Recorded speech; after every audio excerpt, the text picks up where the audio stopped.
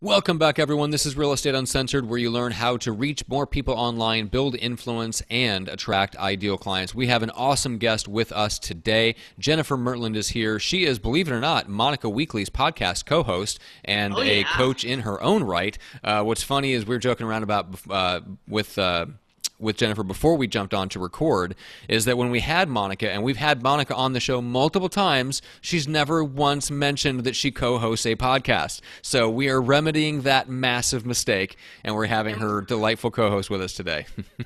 We're going to throw her a lot of shade, too. Yes, so we when are. You see her. Mm-hmm. I'm going to send her an email today responding to the ghost poster. Like, hey, ghost poster, did you ghost on us with your podcast? Exactly. The podcast is awesome, too. And what is the podcast called? It's called Toe to Toe Podcast. So we set it up because Monica is a lot like you guys, a lot like you, Matt, does a lot of stuff online, Facebook. As you know, she talks about ghost poster and she uses those tactics for when she's getting business. But I'm like the cold calling princess. And so what we do is we take a real estate topic and then we battle about it. So like, should the buyer write a letter to the seller with their offer? And I'll be like, hell no. And she'll be like, hell yes. And then we fight about it. And then we have a tiebreaker on. It's pretty fun. I was going to say, if you and I didn't do like our format that we have now, that would have been a great format for us because we disagree on many things. Oh, I think we did that with goal setting, didn't we? Didn't we have like a goal setting smackdown? We did. Disagree on goal setting. Oh, we did. Greg finds many delightful ways to be wrong. I feel like, yeah. I always tell Monica, because a lot of the agents that listen to our podcast, they always agree with Monica. But I'm always like, just because most of the agents agree with you doesn't mean you're doing it the right way. I was going to say, most agents are also not successful. So there you go. All right. Well, let's jump into your background a little bit, and then I'm especially curious about how in the world you managed to travel while being a real estate agent, which is our topic. So give everyone just like the 60-second overview of who you are, where you are, what you do, and then we'll talk about what the last couple of years have been like. Awesome. Well, I actually started in real estate as a wholesaler back in like 08, 09. I was wholesaling short sales. So some of those short sales I think are going to come back, but I think that might be a different topic. Mm-hmm. And then in 2010, I got my license, and first year sold 32 houses. Second year was like 60 something, third year 80 something, then over 100. And now I consider myself semi-retired and do about 50 to 60 deals. You're semi-retired and doing 50 to 60 deals? Most agents would go nuts. What's that? Most agents would go nuts doing that many, but you're just like, yeah, I do it on the weekends only. Well, I mean, it's like 25, 30 hours a week. I have a partner too, so that helps. Nice. Well, that does help out a lot. Absolutely. So Matt and I were talking about this beforehand. So Matt, I really want to understand, how in the heck did you travel all over the world and sell houses? How did that work? Break that down. It was so fun. Just rubbing it in. Okay. And I'm so glad I went too, because I actually just got back. It was October of last year. And then in February, I went to South Africa, but that wasn't like part of the big trip. The big trip was 1 year long. It was 17 different countries. Wow. And the reason why I could do it is because I cold call. Like if I didn't cold call, it would be more difficult to do it. I mean, you can, but I have a partner back here. His name's Alan Wisman. He's the best. And so I set the appointments and then he goes on them. Okay. So you just leverage your time. You brought in a trusted partner, and you guys have obviously a mutual respect there. And you said, and how was his response when you're like, hey, what's up, partner? By the way, killer, I'm going to go travel the world and have a fucking blast. And you're going to be doing all the grunt work, but love you, big fella. Love you, guy. Well, it kind of works out because we've been working together for about 6 years, and I was his real estate coach. So it was his birthday yesterday, and he turned 65. Happy birthday. Yes, happy birthday, Alan. And real estate is like his second career. So he had a pretty big job. We always say he invented the internet, but he was doing something with I don't even know. I turned on a computer, like I learned how to do it like 2 years ago. So I don't even know, but like computer stuff in education. And I've always liked the lead generation side of it. Like, I like that part because it's really easy. You just make the phone calls, you talk to a bunch of people, you get some yeses, you get a bunch of no's, but it doesn't even matter. It doesn't matter. And the thing I like about you, Jennifer, so much is that I've put in just under 500,000 phone calls in my career doing outbound prospecting. So like you, I just grew a lizard skin, and it's like, okay, you said no, whatever, moving on. Okay, you said well, no, they don't whatever, even know you. No, and sometimes if they say no and you really want it, you can door knock it. They won't remember. No, God, no. They didn't know. They don't know they have for breakfast. They're not going to remember Right. you. They're just having a bad day. It's okay. I have bad days too. It's fine.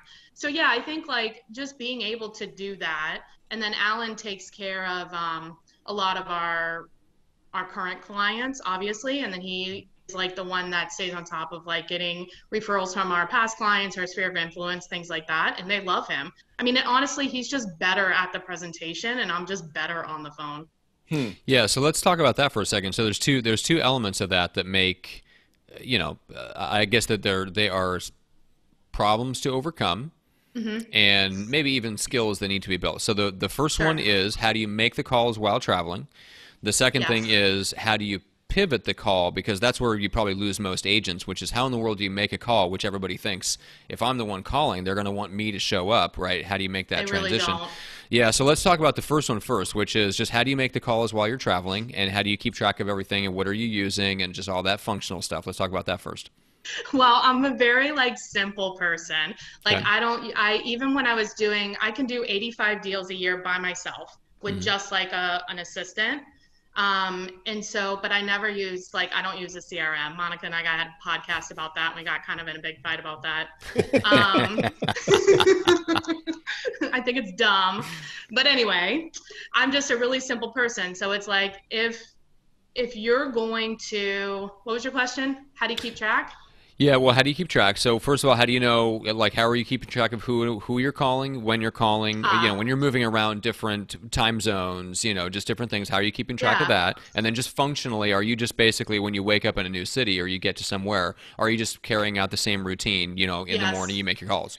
Yes. So, I mean, you have to be disciplined, right? Because if I'm in Kyoto, Japan, I still have to work on Ohio Eastern Standard Time. Right. So I'm working in the middle of the night in Japan. But that's okay. So when I was in Asia for 4 months. I basically worked from 8 at night to 2 in the morning. Okay. That's not bad. I was really worried about that, actually. Well, the last time I traveled a lot when I was little, and I'm 40. So when I was little, it was the 90s. And when you would travel to Europe, it would be $3 or $4 or $5 a minute to talk on your phone. Yep. We didn't have a computer. None of that stuff was available, the internet didn't even come out until 96 or something. So it's it was crazy. And I was so nervous. I was I'm going to be gone for a year. How am I going to use my computer? How am I going to use the phone? But a lot of phones, they have Wi-Fi calling, which is free. But I did get a hotspot. It's called I forget what it's called, but I paid $85 a month, and I have 10 gigs of data on it. So when I was gone, when I wasn't in Wi-Fi, that was my Wi-Fi. And so I could make and receive calls from my local number. And so now that I know how to do that, then I went to South Africa, I'm going to Mexico. I was actually supposed to be in Istanbul, Turkey right now. Oh. So sad. Oh man. I know. This is in Japan you were talking about, the mobile Wi-Fi, right? Is that what you're saying? It was everywhere. So I actually got it. It took me a month to figure out how to use the phone. And I think mostly it's because, I said, I'm not good at technology. I wasn't, now I am, but I was not good at technology at all. I could use my phone, and that was it. Everything else was pen and paper. And I can log into Vulcan. So Vulcan, I guess, is technically my CRM, if you want to call it that, which is where the dialer is and has all the phone numbers. Sure. But then you're just basically using that to keep track of your information, just picking up your phone, dialing naturally. Yeah. Okay. Yeah. And then once I set the appointment for Alan, he just puts it, he uses Lion Desk. So then he just puts it in, I put it in the calendar, and then he takes it from there. And I'm pretty much out of it. Nice. That works out it's really so nice. much easier. It's a much better life. I think everybody should learn to cold call. Then they can refer everything out. You don't have to deal with the clients. It's so much better. You don't have to worry about price reductions. Just worried about getting paid. There you Here's go, a Greg. question for you. Well, no, that's actually no. That's something that I agree with Jennifer on quite a bit. And a strange story is that 2 years ago I was actually in Kyoto, so actually I've been there. Nice. Yeah, my girlfriend and I did a trip to Japan, and we went there for dinner and hung out there for a beautiful, quiet, wonderful little city. Yeah, it's pretty quiet. We were there in April, so it's cherry blossom season. Ugh, don't. I have the best pictures. They're on Facebook. I'll friend you. Please do, Jennifer. I like friends. Matt, not so much. But he's grumpy. He's a curmudgeon, but we love our curmudgeons, even when he doesn't take his meds. Yeah. But what was I going to say about that? Yeah, you lost track. Exactly. All right. So let's get back on track. So Jennifer, we solved the first problem, which is when do you call, how do you keep track of your information? And then the second thing is the turn, which is how do you transition people from, hey, we're having this great conversation and I think we should get together, and you're like, great, let me send my lackey. Right. So how do you how do you keep from giving them that sense? Because I guarantee that's where every agent's head just went. But they also think that they have to do everything, right? So like mindset, I think mindset from the beginning is totally different. Like we always tell people hire a transaction coordinator. Like you don't need to learn how to do it, but they always think they need to learn how to do it, and it's just wrong. So I don't know. I always say us. Our team is called Team Synergi, so it's already.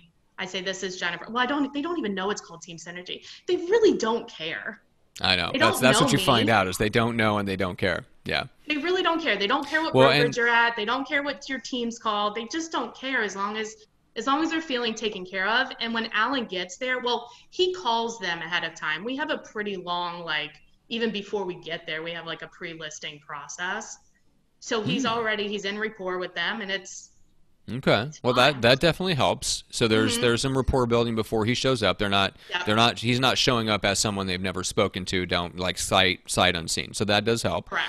Okay. And then you're identifying yourself, and they don't care where you're calling from. They don't care who you are. No. But you're building rapport.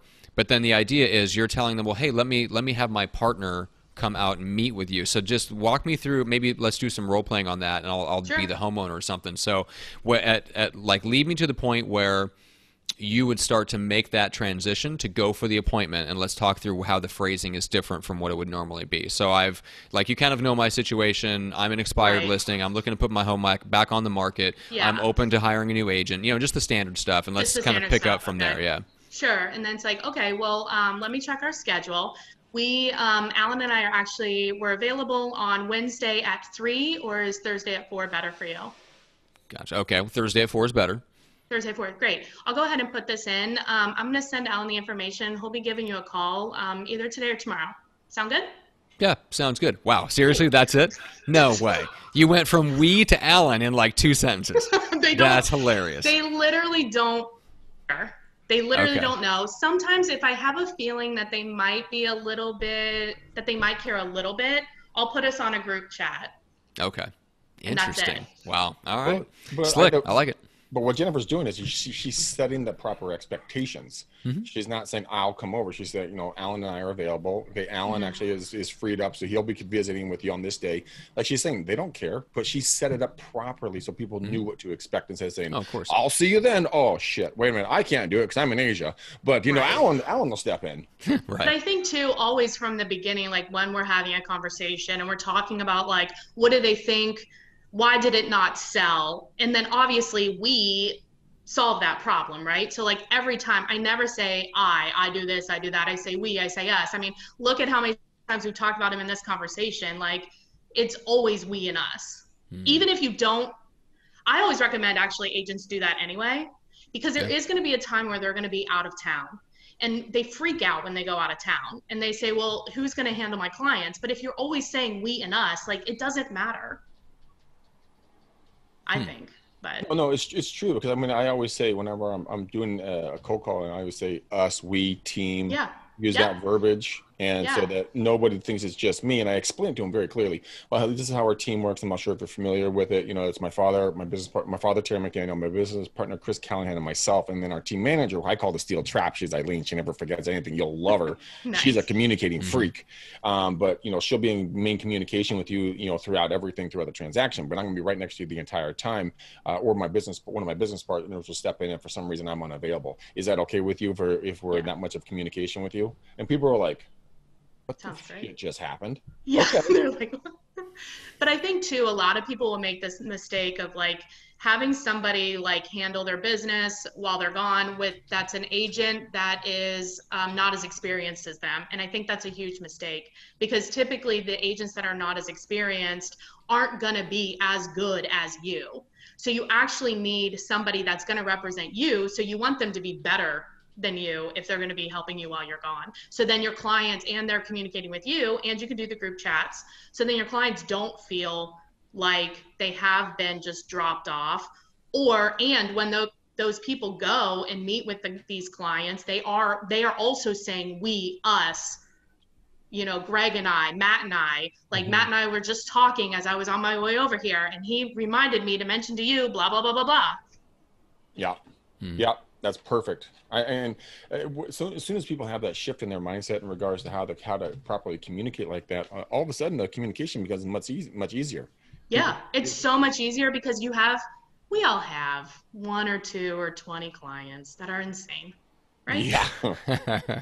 So the benefit of having like 2 of you too is that like you can take turns on the insanity. Like I need a break this weekend from crazy people. Like you're on deck, like you're handling everything crazy. Oh, dude, I have that toward Eileen does that because there's a certain set of agents that drive me absolutely through the roof. All of them? Yeah, most of them. And so Eileen, like she'll see the emails back and forth. She'll hit me up on Vox and goes, okay, I sense the irritation level growing. Let me just take it from here. Stop responding. I'm like, thank you. Well, you know, the rule of thumb is it has to go back and forth more than twice. You got to pick up the phone, man. Oh, yeah. I can't do the back and forth. It just gets so annoying. But then if they're being a douchebag and you want it in writing, it's like, okay, I do voice to text. Oh, that's true. Ugh. You can't record the phone calls without them knowing, especially in California. Yeah. No. Oh, yeah. California, you guys have some weird rules. Ohio and Kentucky are way better. Oh, no, shameless plug there, I see. Okay. I like this. But our price point's lower. But we have to do a lot of work. It is, and we are a little bit batshit out here in California, but you know what? We there's trade-offs for the craziness. But yeah, I mean, Matt moved here and really swung it to the crazyville, you know, when he came from the Midwest. Yeah, that's true. Yeah, that's what I do. But I think too, Matt, like when I set the appointment for him and put it on the schedule, like we have we do a lot of listings, more listings than buyers. Right. Buyers are easy. You could just do that over Zoom all day long. Like that's easy. They don't even know where you're at. They don't even care. They could care listings, less. What's that? They could care less. They don't care. Yeah. You can play door monkey and just open the door. Don't kick them in the shins and call their mama fat. You got yourself a deal. Okay. You're good. Right. Listings now, since COVID and stuff has hit, it's become a lot easier to do over Zoom. But before, there were some people that would do it, but other times, like if it was important, sometimes it is important that like I am there, right? Like maybe it's one of my sphere of influence and I need to like kind of be there. Then he'll just bring the computer and I'll be on Zoom during the appointment. It didn't happen often, maybe twice that year, but that's a possibility too. It's a really good point you just made there, because a lot of us feel we need to be physically in the room. Now it's so commonplace that everybody just does this. It doesn't matter. Doesn't matter at all. You know, it doesn't matter at all. And they usually, well, if they're my sphere of influence, they know where I'm at, like, because it's on my Facebook page everywhere. And they'll even ask, like, are you working? I'm like, yeah, I'm working. Like, let's do a deal. Yeah, like, where are you at? I'm in Kyoto, Japan. Oh, right. How is it? I've never been there. Oh, it's beautiful. What time is it? It's 1:30 in the morning. And you're working? You're my number one client. I'm up all hours just for you. It actually wasn't as hard as I thought to work like that. I really was nervous, but it wasn't that bad. You know, I think that's all things digital, though. I mean, when I made the shift over to EXP, I remember because we were with a very well-known local brokerage, or regional brokerage, and when I went into my first listing appointment with my new EXP brand, you know, And I got my new photo, so I don't look like the glamour shots. Gosh, we just did a podcast. Should you put your picture on your card? Oh my God. Well, there's actually a reason why you shouldn't put your picture on your card, because it's actually a subconscious intrusion into a person's home when you leave either a business card or a postcard with your photo on it, because they feel that you injected yourself into their reality in their private area, is if you can just put your brand on there. So there is actually numbers and stats behind that statement. We're going to do a bonus episode on that for our toe-to-toe podcast. I love it. I signed up for your toe-to-toe, and I think it was episode 45. Do you need a CRM? So if you guys can go listen to it, it's number 45 on the show. One of the best ones we did that I really liked two of them. When's the best day to list? And Friday. Should you be first or last in a listing presentation? Both. Both. It's better to list on a Friday, because then you can Friday. Yep. It's a We're gonna battle. Okay. You have nothing on me, girl. I'll get Bernice Ross involved, and you don't want her battling against you with numbers. If you don't know Bernice, she's an absolute sweetheart, by the way. We'll bring her. And then we'll have a three-way battle. When I say first and last, be the first one in, because almost 80% of the people are going to list with the first agent they work with. And if they're going to interview additional agents, always ask to come back, and then at least have the ability to compete, if not match or beat whatever other agent is doing. And just get their verbal commitment up front to do that. So you do get the first, and you do get the last, or they're the same one. We just don't know. But yeah, that's true. That was the point I made on the podcast too. Like, I think you should be first also, but you got to know your scripts really well, and you have to know who you're dealing with. So you have had to have done like a pre-qualification. Like, we asked like more than 20 questions on that. And part two of them are like, if what I say makes sense, and you feel comfortable and confident that we can sell your house, do you plan on listing with us when we come out Tuesday at 2? Yeah. You know? And that's it. And then they'll tell you, no, we're interviewing other agents. Okay, well, if you really feel like that we can do the job for you, would you still find it necessary to interview them? And they'll answer.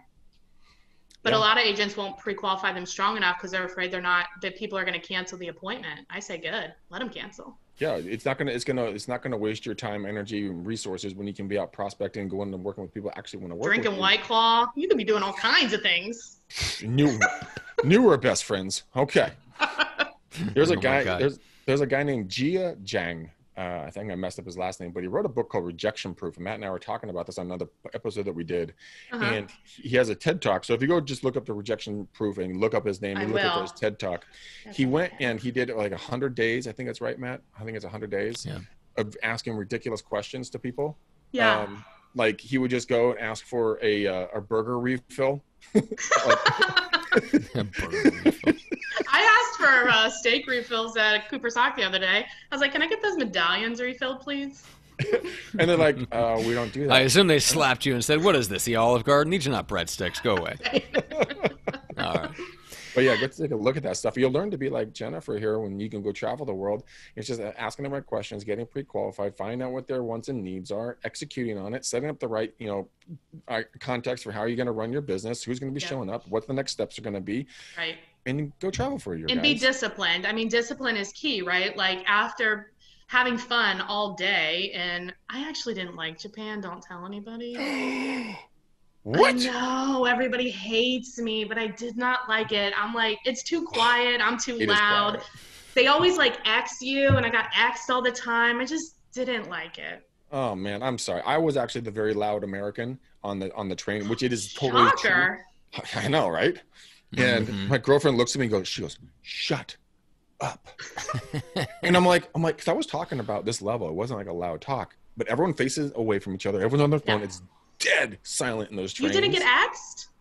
I don't even know what that means, but maybe they do this. They like X you. I'm 6'5", 240 pounds, and they're like 4'1". Nobody's Xing you. They're like, nah. They make too big. That one's too big. That one's too big. Oh, that's hilarious. Oh my God. All right, should we wrap a bow around this one there, Greg? I got a color. Yes. We do need a color. We do need a color. So, Jennifer, would you like to be royal our guest? blue? There we go. I was going to pick anyway. I knew that was going to happen. God, you guys are good. When you're good, you're good, you're good. You're always good. Anyways, guys, we're going to do a royal blue wrap on this podcast. Jennifer, thank you for coming in. Guys, go check out Toe and then the number 2 Toe. It's got 2 punching gloves knocking each other. That's her podcast. They got a lot of episodes. I'm going to dig in personally and really go for it. So Jennifer, thanks for coming in. Thanks for really dropping some knowledge bombs. It was awesome guest. I think a lot of people are going to get a value out of it. Matt, guys. you need to tell everyone where they can get your amazingly famous, micro-famous book. So just go to microfamousbook.com. Very easy. Guys, do you hear the energy behind that voice? That is passion. That is passion. I was just bracing myself for you to insult it in some way, and then you surprised me by not. You actually said it was amazing. Normally you say it's a light pamphlet or something like that. Yes, it's been your latest insult. Anyway, Greg, what's the best way to... Yeah, exactly. Greg, what's the best way to connect with you? Guys, go ahead and just send me a DM or follow me on Facebook and Instagram. Facebook is Greg McDaniel. Instagram is Greg McDaniel, REU. You'll see this mug here. If you haven't ever seen me, look for a handsome man. If you have, then you know what you're looking for. And then give me a call, 925-915-1978. It goes directly to this device. It's called a smartphone. It does work. I do pay the bills some months, but mostly I should be fine. I would love to have a conversation with you guys. Okay, Matt, we love you to pieces. You're a legend, you're a myth of all men. Jennifer, you're an insanely awesome and inspiring human being. We love every one of you that have listened to us. Give us a 5-star review. And until next time, guys, peace out, ninjas. We gone.